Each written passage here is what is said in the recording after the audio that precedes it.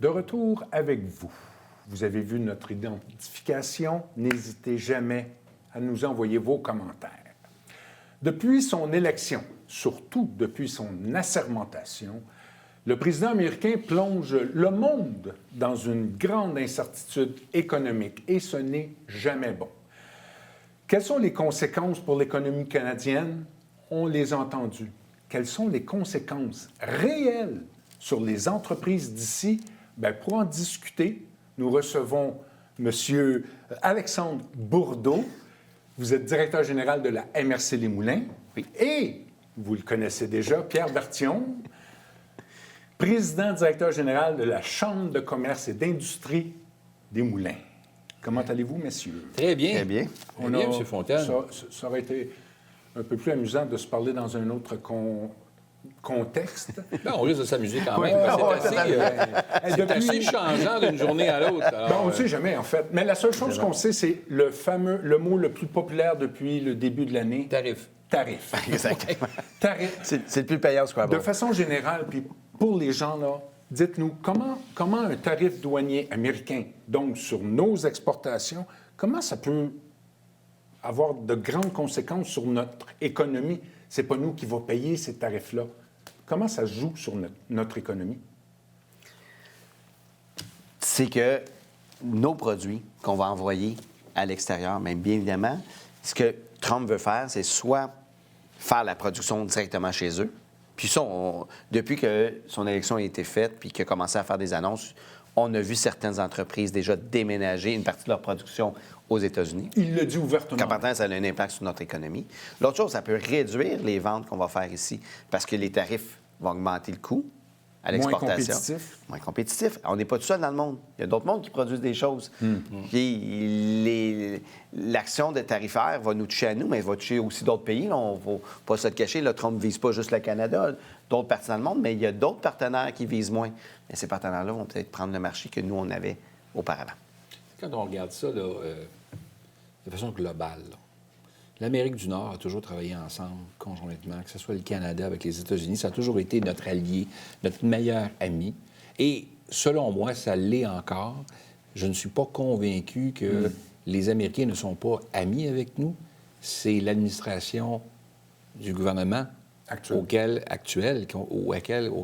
on a un souci, là, tu sais.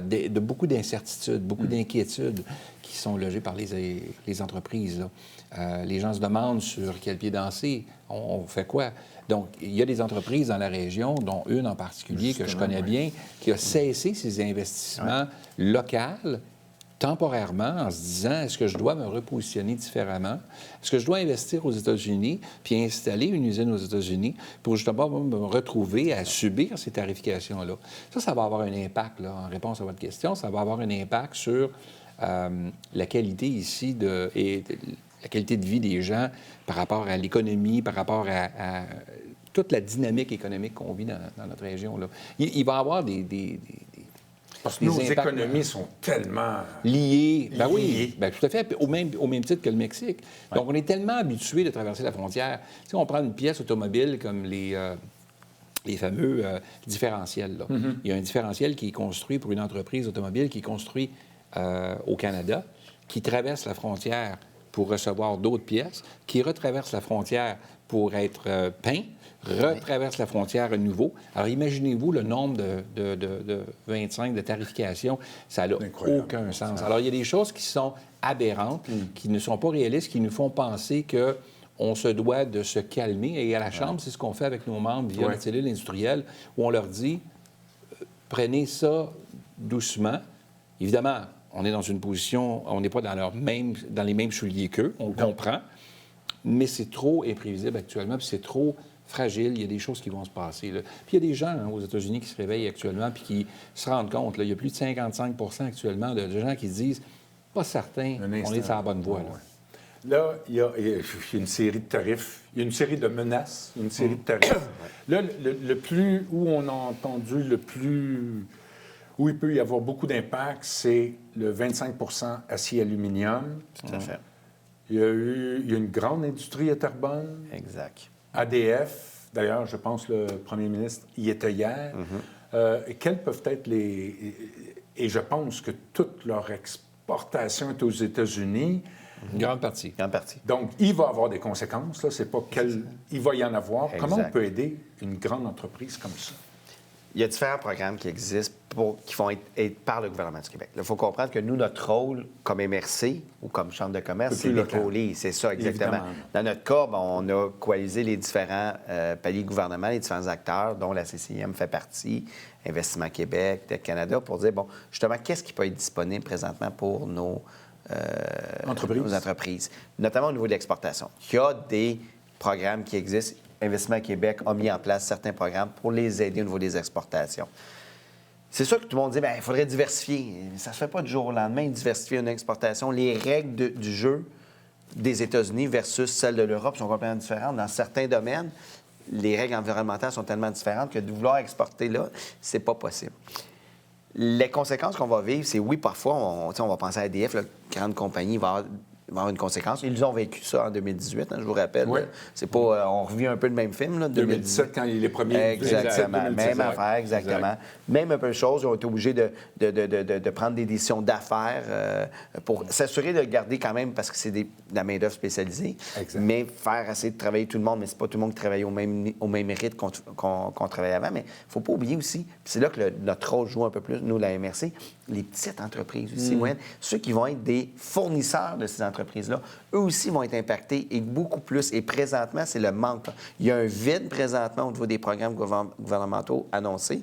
C'est ça. Parce que ce soit Investissement Québec, DEC Canada ou d'autres, ça commence souvent avec des subventions de 250 000 et plus. Parfois, ces petites entreprises-là, c'est beaucoup moins. On l'a vécu dans le temps des pots. Non, c'est ça, dans les pots PME. Et c'est là notre rôle, nous, comme MRC. Oui, OK. Et pourquoi qu'on coalise des gens autour de nous, comme la CCM, comme d'autres, c'est qu'eux sont connectés via leur cellule industrielle, vers d'autres, aux entrepreneurs. Nous aussi, on a des gens de chez nous qui sont là, mais plus on va être présents, comme avec les gens du développement économique des villes, présents sur le terrain, qu'on va ramener cette information-là, on va être capable de mieux agir. Mais présentement, le gros problème, c'est qu'on n'a pas les programmes encore pour pouvoir les aider, ceux-là. Et là, ça va avoir une conséquence. Si le gouvernement ne bouge pas vite, c'est les premiers qui vont tomber, c'est eux. Ouais, puis c'est ce qui tarde actuellement à venir. Puis, tu sais, au niveau fédéral, là, il y a des programmes qui ont été annoncés, il y a des programmes qui ont été annoncés au niveau provincial. Au niveau fédéral, on attend toujours. Il y a des choses, il y a des choses qui vont venir. Ils attendent de voir la suite des choses. On s'entend qu'au Canada, actuellement, avec l'élection qui est à venir d'ici quelques jours, là, du moins l'annonce d'une élection fédérale, on va être dans les polls là, d'ici quelques semaines. Il y a un changement important qui se dresse. Donc, il n'y a pas de décisions actuellement qui vont se prendre à ce niveau-là, ou peut-être que ça va se prendre de façon hâtive, là. Mais on est toujours en attente. Mais sauf que les petites entreprises, il y en a plusieurs qui fournissent ces grandes entreprises-là, puis actuellement, bien, l'aide n'y est pas. Et toute l'autre portion qui est un peu plus négative et qui n'a pas rapport nécessairement avec la MRC, mais il y a des règles bureaucratiques qui sont mises en place qui fait que c'est tellement lourd pour les entreprises d'avoir accès à ces sous-là, à ces subventions-là pour les aider dans l'immédiat, qu'ils se découragent et rebroussent chemin puis disent, bien, on va s'organiser tout seul. Et des fois, ils ne réussissent pas à passer à travers. Là, je n'essaie pas d'être pessimiste, j'essaie juste de dire qu'il faut que la lourdeur administrative soit moins intense, moins lourde. Il faut aussi comprendre, puis je travaille avec mon confrère, puis il gère des fonds publics. C'est nos fonds à nous, c'est tout notre cash à nous autres, c'est tout notre argent. Donc, on n'a pas le choix d'avoir une base d'information, s'assurer que les gens à qui on prête de l'argent public, qu'on va à quelque part se faire rembourser une bonne partie de cet argent-là, à part la portion pardonnable s'il y a dans le programme, tout dépendant comment il est monté. Donc, on n'a pas le choix, mais il faut juste un équilibre là-dedans pour que les gens, parce qu'on l'a vécu en temps de pandémie où ils payaient le loyer, tout ça, les parties du loyer, ça a été difficile. Beaucoup de gens se sont Mais il y a encore des entreprises qui ont des problèmes avec ça. Oui, tout à fait. Mais tu sais, c'est pas toujours facile. Puis c'est pas toujours dans la cour, soit de la MRC et tout, puis même le gouvernement qui essaie de trouver, puis je ne sais pas d'être à la défense de ces gens-là, mais c'est juste que les entreprises vivent actuellement beaucoup d'incertitudes. Ça crée de l'insécurité. Ça crée une dynamique au sein de l'équipe de production aussi, où les gens se demandent, est-ce que mon emploi est en péril? Dans une autre région, tout près de nous, il y a une usine qui s'appelle Packard, qui, elle, exporte pratiquement tout ce qu'elle produit aux États-Unis. Et là, on parle de 1 200 emplois là, qui sont en jeu, là.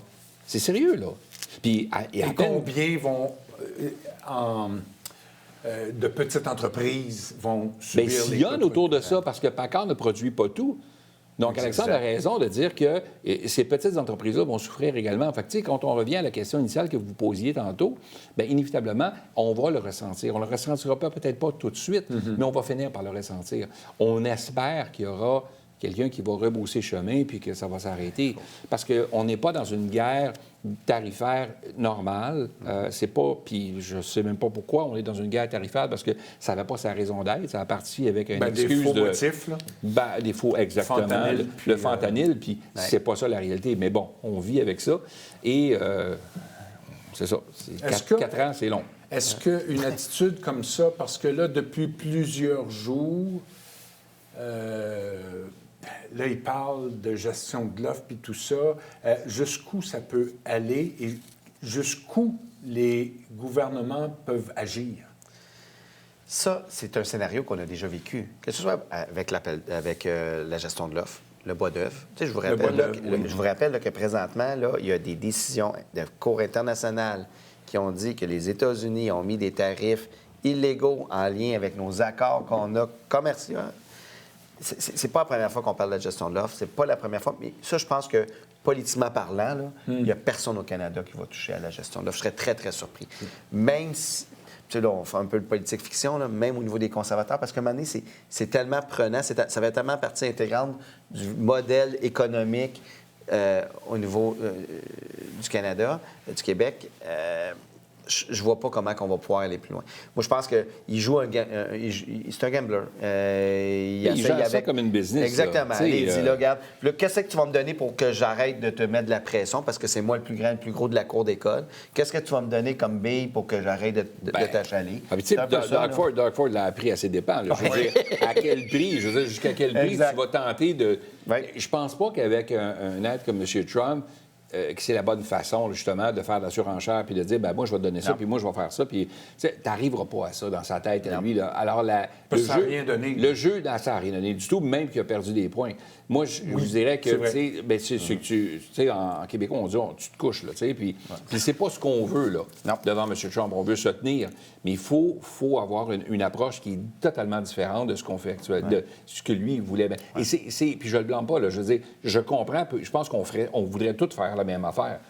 Mais tu peux pas, dans une situation comme on vit là actuellement, de jouer le même jeu. Tu ne sortiras pas gagnant de ça. Ça va être une guerre qui va s'escalader. Là. Comme ça, là. Ouais, ben, ça va s'escalader. Tu sais.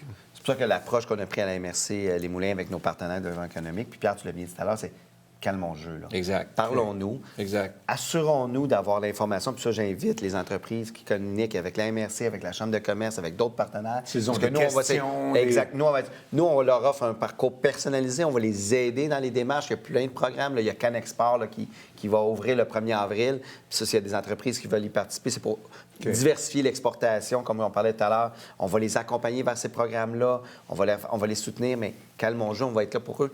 Mais d'un autre côté, on va toujours quand même défendre nos petites et moyennes entreprises de la MRC pour dire, là aussi, il y en a besoin de programmes. Mais il ne faut pas partir en peur. C'est le pire. Dans l'incertitude économique, C'est la peur. c'est ça qui est le plus dangereux. Il faut penser, là, on parle beaucoup à l'impact que ça va avoir dans la région des Moulins, dans la Naudière, dans le Canada, dans le Québec. On se pose la question. Et pourtant, aux États-Unis, Alexandre était aux États-Unis là, par vacances là, qui étaient déjà pré-planifiées. Là. C'est ce qui m'a rassuré. Tout à mais fait. il reste qu'on cherche à faire de meilleurs choix, mais il était là.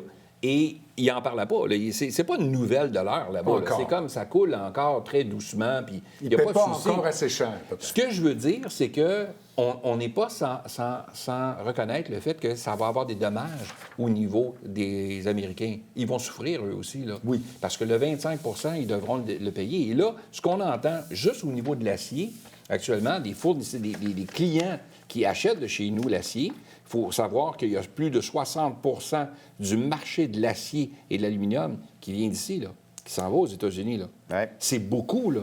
Ils ne peuvent pas s'en passer, là. Alors là, tu as des entreprises aux États-Unis qui coupent, eux autres, de leur côté. Hein? Ils coupent ils coupent leurs commandes parce qu'ils doivent avancer ce 25 %-là sur les commandes qu'ils ont, puis ils n'ont pas cette liquidité-là. Là. Alors, ça crée une problématique. Là. Ça ralentit Et le j'ai marché. l'impression qu'on va devoir en reparler tous les trois parce que c'est assez intéressant. Il va y avoir des développements à tous les jours. Ça serait vraiment bien de faire un bilan un peu plus tard. Avec plaisir. Plaisir d'être Parce que là. c'est pas assez 15 minutes pour parler de Non, définitivement pas. Merci beaucoup. Merci à vous. Pierre, Plaisir. Alexandre, merci Merci beaucoup. beaucoup. Merci. C'est déjà terminé. Les sujets étaient importants parce que ce qu'on vit ici est important. Je vous remercie d'avoir été avec nous. Je remercie l'équipe en recherche, en régie, en studio. C'est toujours un plaisir et vous le savez, on le fait vraiment par passion et pour vous. On se revoit dans une semaine.